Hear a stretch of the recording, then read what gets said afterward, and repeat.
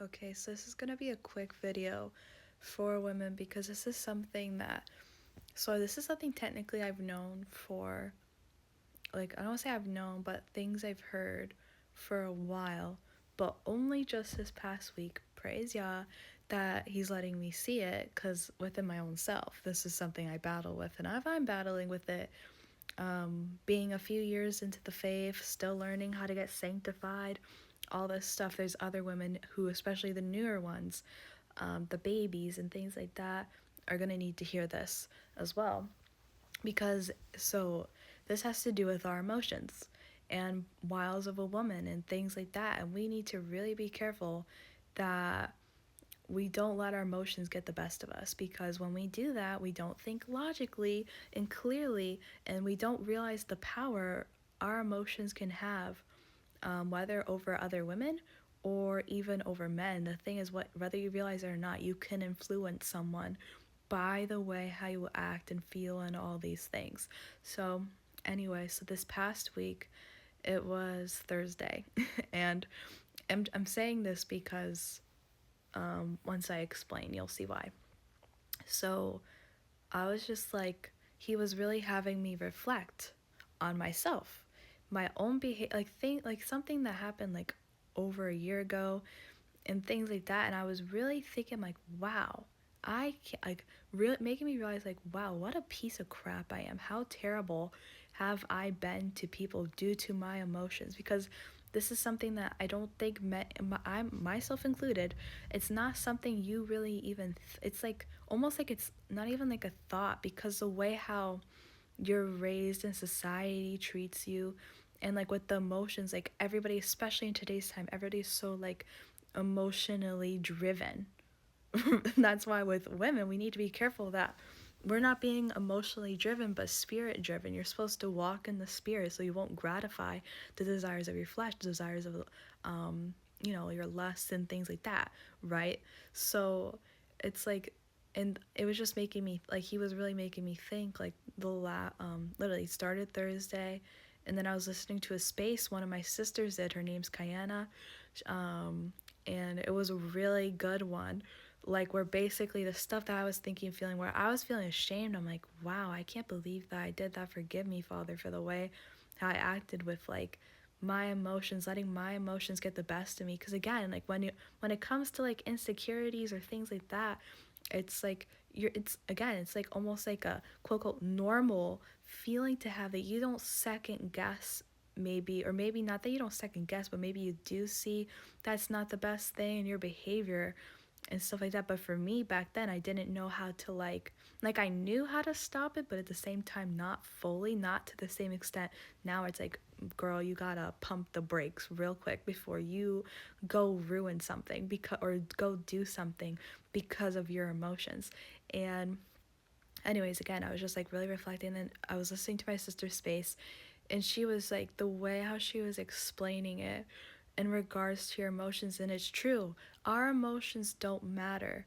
Obviously, with certain things, like, say if you lose a loved one, or say if something, like someone does something to, like, that's really messed up, whether they cheat on you, they betray you, and so, you know what I mean, like, those things hurt, but you still have to act in a biblical way. Like, you can't, like, just because, like, say if you're, for example, in a marriage and your husband cheats on you, that doesn't mean you can let your emotions drive you. You go cheat back or belittle him or all these things. Like, there's a way how you're supposed to act as a believing woman of God at the end of the day, no matter what, even though that might be tough to hear. But it's true, you can't let your emotions drive you. If you let your emotions drive you, then you're going to be tearing stuff down, because the scriptures show we're either going to build our houses up, build each other up and things like that, or we're going to tear things down. Why do you think Proverbs, and I don't remember what Proverbs exactly, but it talks about the woman who tears down things with her own hands? And that's something that, again, taken me a bit to grasp, but it's like, praise Yah, finally seeing a new light. And it's caused me, like, the last few days, like, just really, I've been thinking about it, the shame and the guilt, like, wow, like, because again, it's not something you even, it's not like one of those blatant, like, sins where it's like, again, like with the holidays or like idols, things like that. It's not something like as in your face, like maybe it's not good sort of thing. Like I could like praise Yah, he would let me see like that's not the best thing. Like, girl, stop overthinking, you gotta snap out of it. That's the thing. This is part of the problem, because when you start having these thoughts, these feelings, if you don't nip it in the bud right away, like you don't stop those thoughts, if it really give it to him, cast your cares upon him sort of thing, then the thoughts can come and they can drive you in madness. And at the end of the day, it can cause you not only to hurt yourself, because at the end of the day, I've hurted myself so many times because of my own thoughts, like things that weren't even really like happening. And I was, again, thoughts were just driving me, and I'm hurting myself, overthinking all this stuff, and it can cause you to hurt and affect other people. So this is why you need to be careful, that you need to, again, we have these thoughts, we have these emotions for a reason. Like, obviously it's not wrong to be angry, but as the scriptures say, don't sin. So you can be angry, but make sure you're not sinning. But also you need to check, are you even angry over something righteous? Like a righteous anger? Do you have a righteous anger because someone's lying about the word of God? Or are you mad at your husband because he left his socks on the floor? You know what I mean? Like, sure, yeah, it could be annoying if your husband does that. But at the end of the day, it's not like, you know what I mean? Like, and there's a way, I'm sure, probably, maybe, like with situations like that, and I'm not married, so I'm not going to get into that, but I'm sure there's ways you can address that biblically as a woman without it be, because like that's not something to, there's things to fight about, there's things to, like, I guess, quote unquote, get into arguments about, but that's just a silly thing at the end of the day. And I'm just using that as an example of something that basically it's not really righteous to be mad. Like, again, you can have your thoughts, you can have your feelings, but you have to go off what's fact at the end of the day, what's truth at the end of the day. You can't just let your thoughts and feelings run you. Like, you can't, because again, it's not going to be good for you and for those around you. And why am I saying about those around us? Well, because, for example, one of the first this is something that I've been thinking about. An example that's coming to mind is with Samson and Delilah, because Samson loved Delilah, right? Look at how he acted, and obviously she's not a believing woman, but it's just like, I'm saying this because so many people talk about Jezebel, and you don't want to be a Jezebel, and she was outright with like the usurping the authority over man and then killing the she was outright like in your face, boom. But something about people that don't I feel like people don't talk about this enough, is Delilah. She was a lot more with the wiles of a woman, and we need to be careful that we're not using our emotions to manipulate people or manipulate men to get what we want. So, like, for example, like, she was like, or even before Delilah, like the woman that he was wanting to marry, I think it was, her name I think was Tamar, obviously did not end well and things like that. But the way how it's like, because of the people pressuring her, like, oh, if you don't get the answer to Samson's riddle, we're gonna kill you, your and your, I don't know if they said father, but there was some sort of threat, right? And because of that, she's freaking out. So she's crying to Samson, nagging him over and over. And he did well for a while, like, no, I'm not going to tell you. I'm not going to tell you. I didn't even tell my own parents, so why am I going to tell you? Sort of thing. But eventually, where he was at fault was he gave in because of the constant nagging. And it's like, you got to be careful as a woman, like, you're not constantly nagging. This is why the scriptures say for women, like, our roles as a woman, the way how we're supposed to be, so we don't nag our men. Like, because look at what happened when Samson did that, and look at the outcome, because the Tamar was nagging him. And again, I'm using her, and I don't believe she was in covenant, like a covenant keeping woman, but it's a behavior, because the reason why these stories are in there is so we can learn from our ancestors and not make the same mistakes they did. So Tamar's story and Samson's story is in there so we don't repeat the same mistakes again that they did. So even though she probably wasn't in covenant, she's still, again, this is something to learn from, so you know how to not be as a woman. Because if you're a biblical woman, you're not going to do what Tamar did. Or again, with Delilah. So Samson falls in love with Delilah, And this is part of the problem, is we are actually men's downfall, even though we are created to be their helpmates, things like that. And absolutely, we have to be, if you're going to get married, or if you are married, you have to be a helpmate to your husband or potential husband, whoever he is, in like, if he's a believer in the Lord, or even, but if he's not, say if you're already married and he's not a believer, you still have to be a helpmate. There's a way how you're supposed to be. You're supposed to be a 1 Peter 3 woman, regardless whether he's a believer or not believer. Okay? If he's not a believer in the Lord, forget about him. If you're not, like, if you're not married yet, is what I'm saying. Like, if you're not married yet, you have to get married then to a covenant keeping man. And you're going to know a man of God once, like, first you start becoming a woman of God before you even think about becoming, like, getting with a man of God. And then he'll get, if you pray for discernment, if you pray for his will and things like that, really, prayer is powerful. You need to pray. So when you do those things, then he'll show you, like, okay, yeah, this is the man you should get with, or whatever. Again, that's even if it's his will. That's key words, his will. But I don't want to get too sidetracked, but it's like, again, with, look at how Delilah's behavior, where she was like, again, with, so Tamar nagged, but Delilah did it in a different way, kind of almost like a not like secret way, but they were the people, whoever, I can't remember who told her, but they were like, go, in the CJB it says, go coax him to tell you what his strength is, sort of thing. And again, yeah, Samson is at fault because he listened to the woman, right? But Delilah is also at fault because of, look at what she was in. She was like, ooh, what's your strength? Tell me. No. Oh, you don't love me? And look at how many women act like that today. Worldly women, where they're like, you don't love me because of, oh, because you won't do this for me. But manipulation, that is manipulation. You cannot do that. If you're a godly woman, you cannot do that to your husband. There's no ifs, ands, or buts about it. But shoot, where was I? There was something I just thought of, but then it kind of left my head.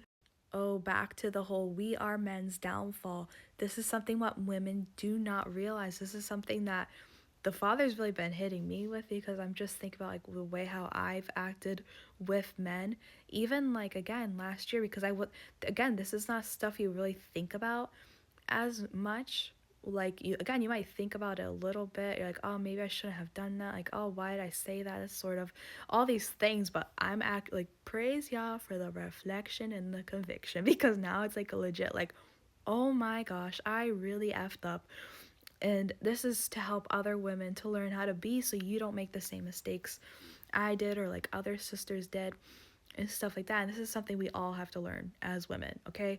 But it's like, just like with Adam and Eve. So we see Samson and Delilah. Samson listens to her, even though it's like, she's like saying, like, I don't know if she's like, Samson, the Philistines are upon you, or however she said, like, she says that several times, and you would think Samson would take, like, you know what I mean? Like, so that was his fault. Again, it's both their faults, but it's like, the man is at greater fault because what I'll say greater fault, but something that the scriptures show, though, is Eve, the women, so we as women can be more deceived easily than men. And so this is like kind of like where Adam was at fault, where it's like he knew the commandment of God, and instead of rebuking his wife, or maybe not even like well, he could have outright rebuked her, but maybe even be like not even questioning it, like, oh, didn't God say not to eat from the tree, or from the I don't remember, it's like the tree of life, or however it's like phrased, the tree of good and evil. But anyways, it's like, he, instead of asking at least a question, he just gave in. Why? Because he loved his wife. And this is why we as women need to be careful that if we're going to be women of God, and especially if you're a single woman, you need to be mindful of how you're being with a man of God, that you make sure that you help him to keep his focus on the kingdom, and the kingdom first, and like for him to help him.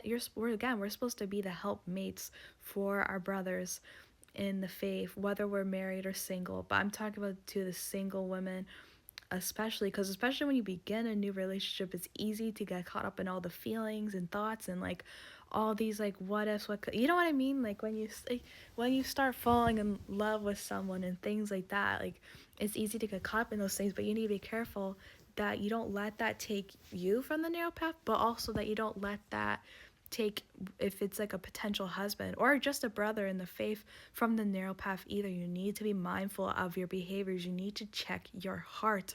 You need to think before you speak. You need to think before you react. And this is part of the problem, is that a lot of us as women, because the thing is, what women don't realize is that we have a lot more emotions than men, and maybe we might acknowledge that, but it's not like being talked about enough, in the sense, like, I can't explain it, just like the way how Kayana said it was so like on the spot, like, because it was like, again, I had those thoughts like a night before, and then I listened to her space, and like everything she was saying, and even more, because she was saying, like, she was even talking about in regards to married women, which is good for me to hear as a single woman. It's good for, and I think I'm gonna try to hopefully like link her Twitter space, and any women on Twitter want to go listen to that recording, please do, because it's so edifying for the women to hear that we need to really think of our emotions, because we're such emotional human beings that this is part of the problem. Our emotions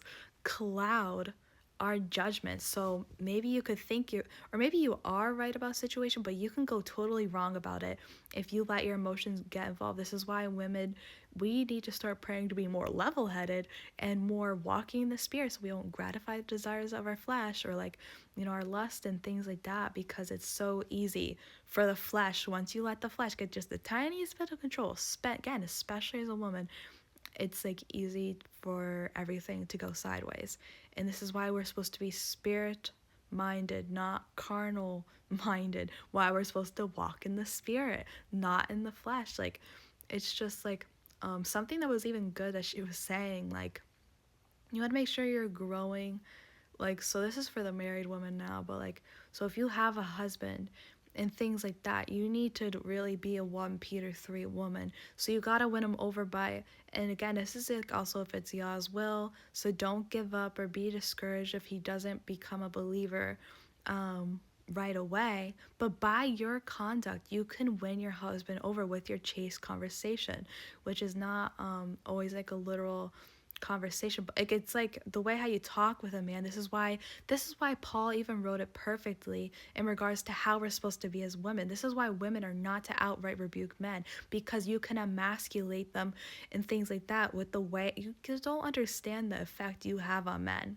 We are the weaker vessel for sure. Yes, physically they're stronger, but when it comes to stuff like this, like, we are really Ben's downfall at the end of the day. Like, if they're like, especially if they're not strong men of God, or like not even close to like being in covenant, it's so much easier to tear a man down with your words. See, this is why we need to be careful with our biblical roles, because we want to build men up to be biblical men, not for them to be Ahabs. Like, we don't want to help contribute to a man being an Ahab, right? We want to help a man to be a true man of God, so that he can have the authority like Yeshua did, and walk as he walked. Like, that's what we're supposed to be like.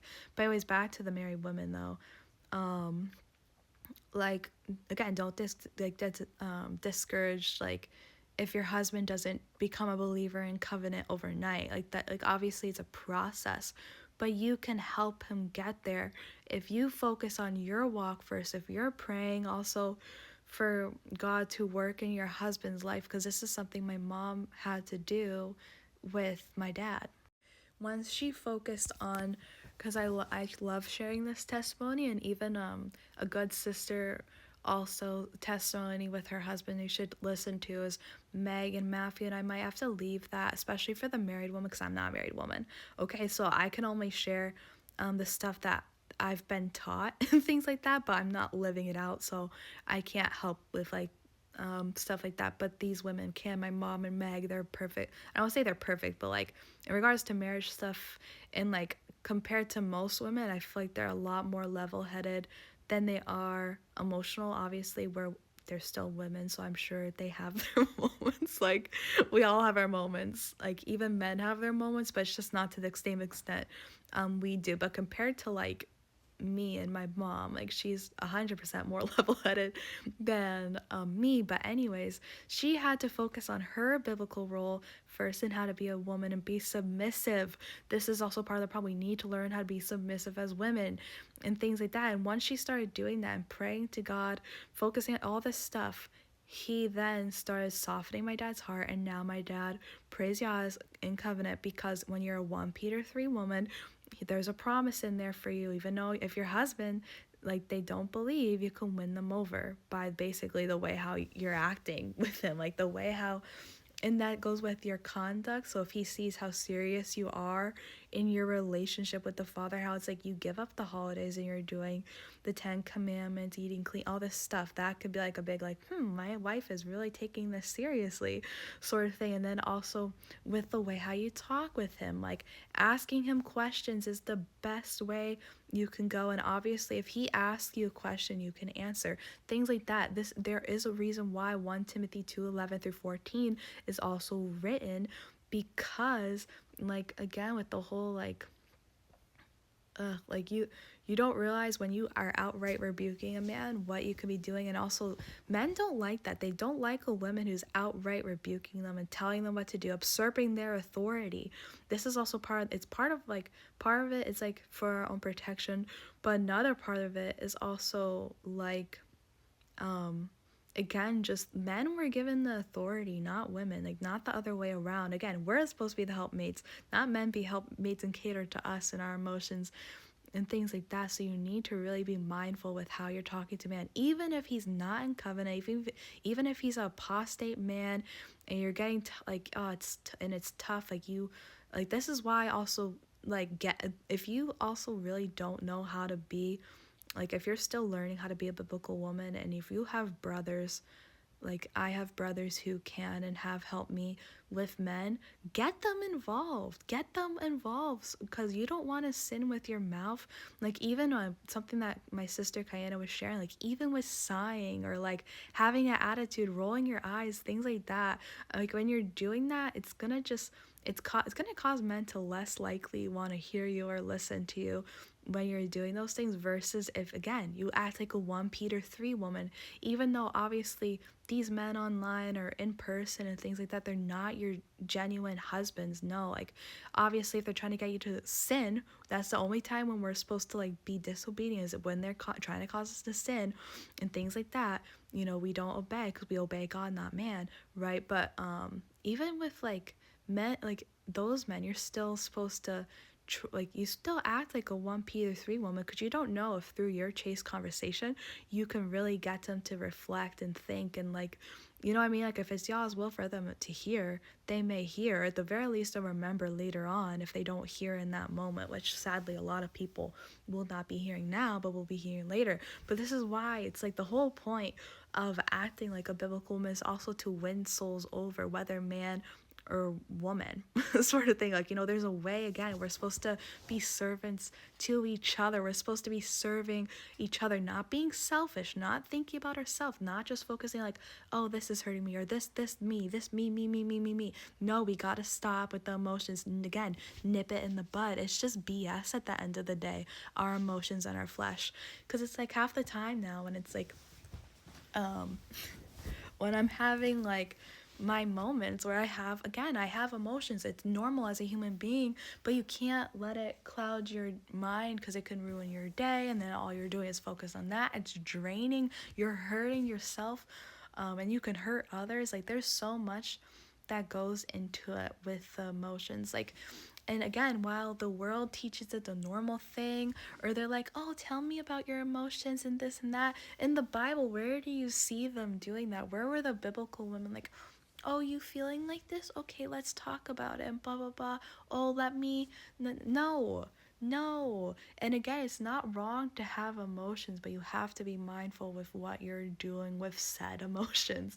And there's more, like, there's a lot I've been thinking about, and I know that I said this was going to be quick. I wanted it to be quick, but there's a lot that goes into this, whether you're a married woman or a single woman. And again, I'll leave my sister Megan's video she did with Matthew for the married woman, because the married women, you need to hear that, because if there's any possible way to get your husband possibly in covenant, then you need to really be mindful of your behavior. And again, if you're a single woman, then you, regardless whether he's your husband or not, you need to be mindful of your behavior. And this is why it's also like, say if there's issues between other sisters or like whatever, it's good to get, if it's a true brother, a true man in covenant, it's good to get a man involved in the sense to mediate the situation, because men are a lot more level-headed than we are. That's something I've come to learn, and like things like that. It's just like, again, the emotions cloud the judgment. And again, it's not that men can't have their moments too. We're all flesh, we're all carnal, we all have our slip ups, but it's not to the same extent. Like, we're the ones who are really made emotional. We get our periods, the if you're older, menopause thing, the hot. We got emotions, okay? But this is the way how it was meant to be, because there's even something like in Ephesians 5, Paul talks about basically the way how, like, he's talking about the man and the woman, how the woman's supposed to submit and things like that. Like, the way how we love men is not the same way how men love us. Men, the way how basically Paul's talking about it in Ephesians 5 is more so like, men are like our covering. They're supposed to be our covering. They're supposed to help us stay in check. They're supposed to be like, if they see us sin, nip it in the bud, because it's easy for Jezebel to want to come up, or not even just Jezebel, but just like plain old disobedience or flesh, whatever it is, even if it's not outright Jezebel.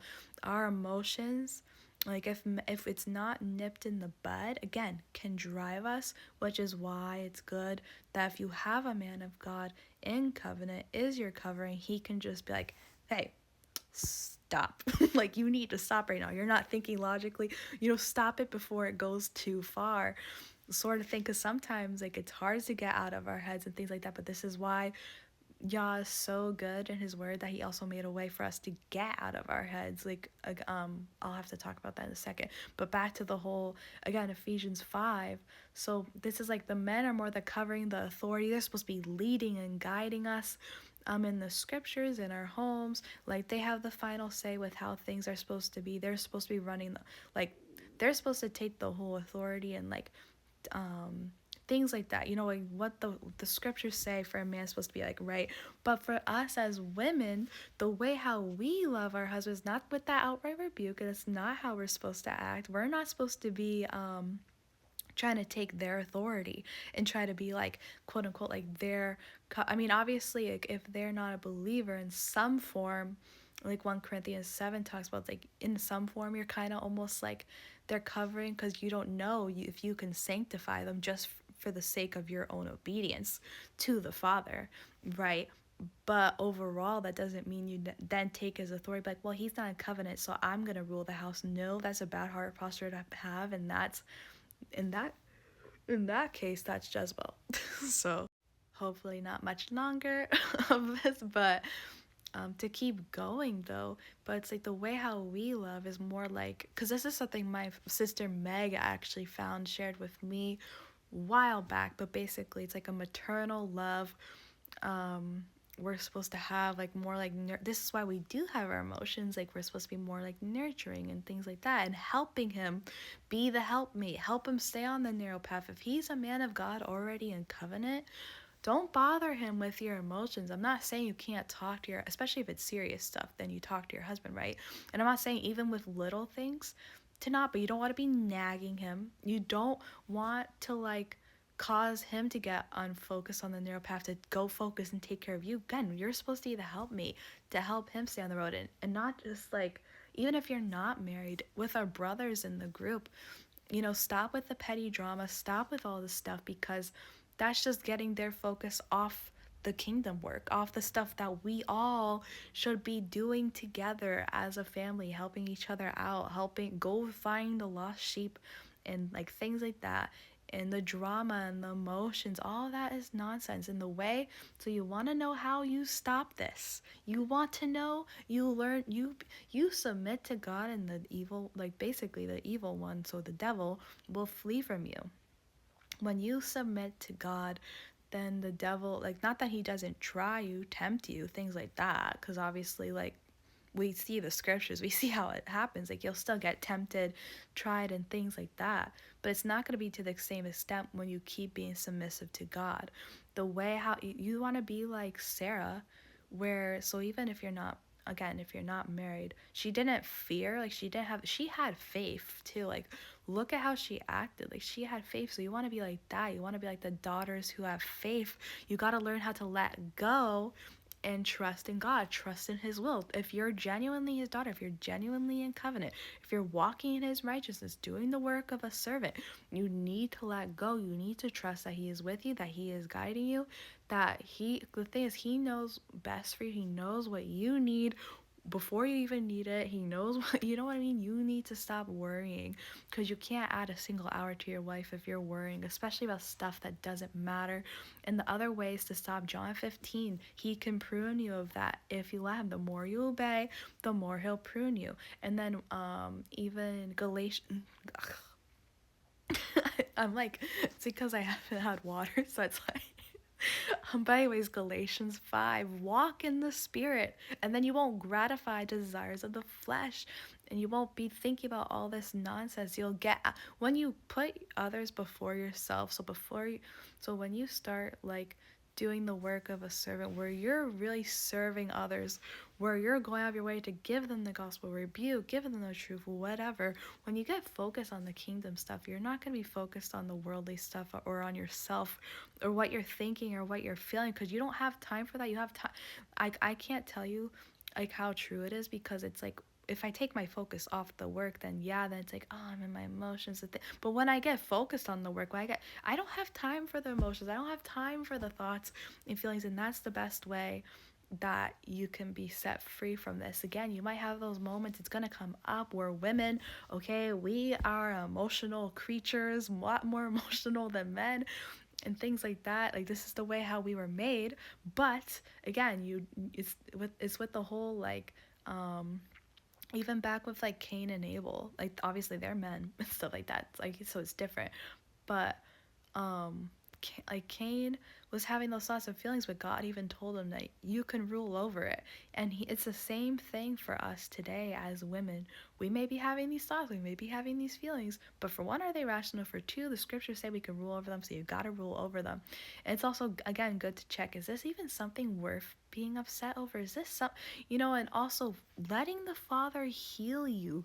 When you let him heal you, you'll stop getting triggered by old situations and old things, and then you won't bring that into whether friendships, whether relationships, whatever. There's a lot of stuff that he's had to heal me from. And now, because he's healed me, and I'm not saying I'm fully 100% there, because there's definitely still stuff I seem like, oh shoot, that's a little bit of a trigger, y'all take that from me, help me.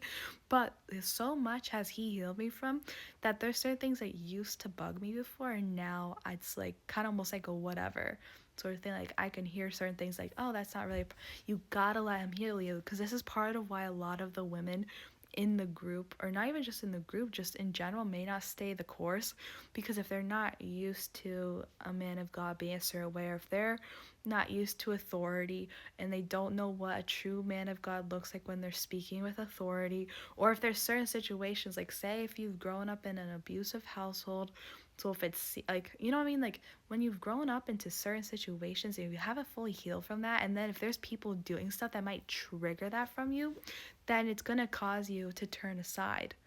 Like, and I don't know go where, but it's caused many women who used to be in the group to turn away, because then they hear things or see things, and then they're getting triggered, they're getting their emotions. You have to think this is part of the problem. You're not thinking spiritual, you're thinking carnal. You're thinking my trauma, my triggers, my feelings of this and that. But when you do that, how is that helpful? How is that going to help you stay?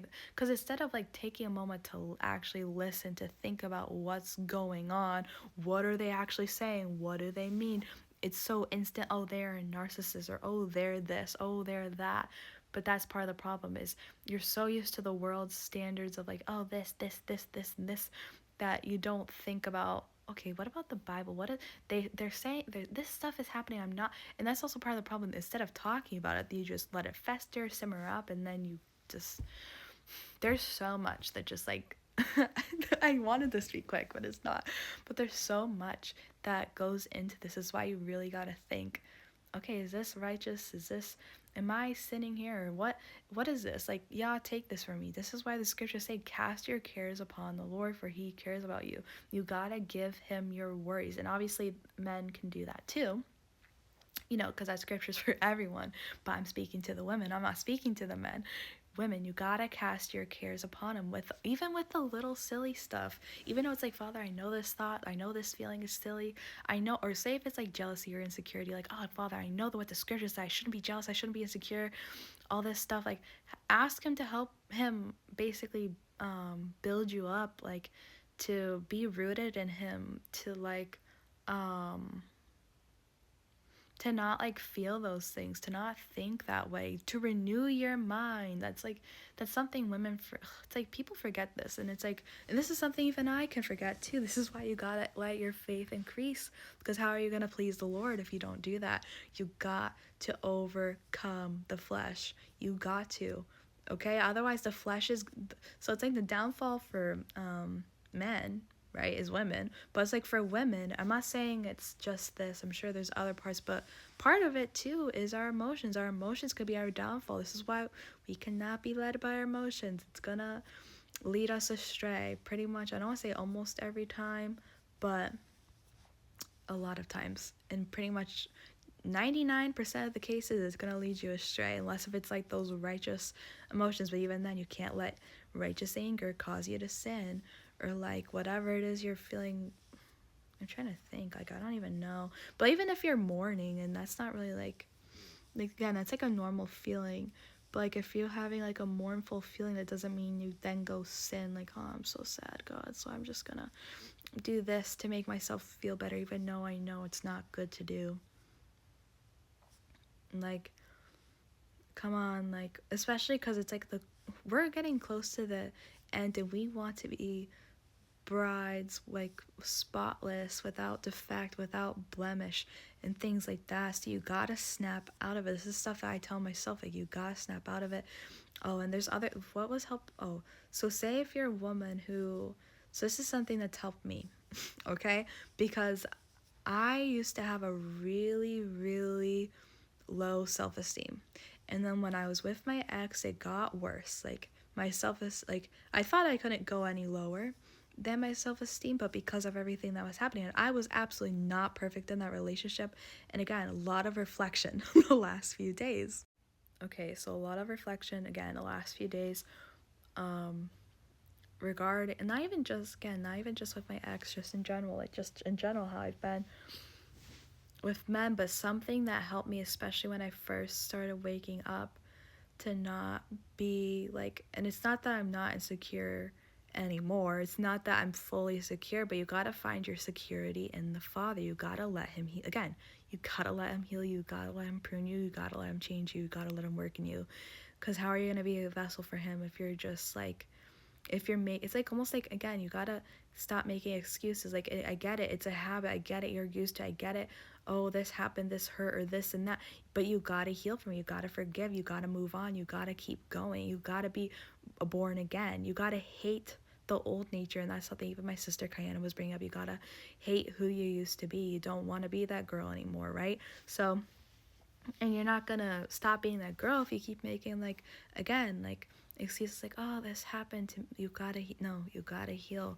So something that helped me to like not, I guess, be insecure, and I don't even want to say not insecure, but like just really help me build, I don't even know what, like, I don't know if it was like faith, strength, or what, was like telling myself, because I really hated myself before. I really hated the way how I looked and like things like that. So stuff that helped me was, I was like, oh, he made me beautiful, he made me smart, he made me that, like, not like, and it's like, I don't want to be like worldly, like, and do affirmations and like stuff like that, but like when you're renewing your mind, like stating stuff that, or even like, oh, he's helped change me with this, or he's done that, like acknowledging also the stuff he's done in your life, or like, or the scriptures and things. Again, the renewing of your mind, that's going to help you. This is what's going to help you to overcome. And again, I can overthink, I can get in my head and all these stuff, but you got to learn how to take a step back, pray, get in the word that's going to be helping you as well. You got to learn, but anyways, you got to learn to take a step back, reflect, and be like, okay, wait, let me take a minute, let me pause, make sure this is this righteous? Is this helpful? Is this, because that's the thing, you have to think also, are these thoughts and feelings useful? Are they even true? No, you got to go off truth. You got to go off fact. Nowhere in scripture does Yeshua say, let's go over your feelings now, or that. No, he says repent or likewise perish. He says to keep the commandments, enter into life. He says become a servant, give up your life, and all these things. And obviously there's more to his teachings than just that, but it wasn't ever about yourself. He never said to focus on yourself. He actually said to basically give up your life. He said to give up your life and be a servant, to be a good and humble servant, to serve as he served and things like that. Not the other way around where it's like, I'm going to serve and cater to my flesh, because the more you do that, the more you're going to, it's even though it's not maybe just, and it's, so it's like in the book of James, it talks about basically like, it mentions something in regards to lust.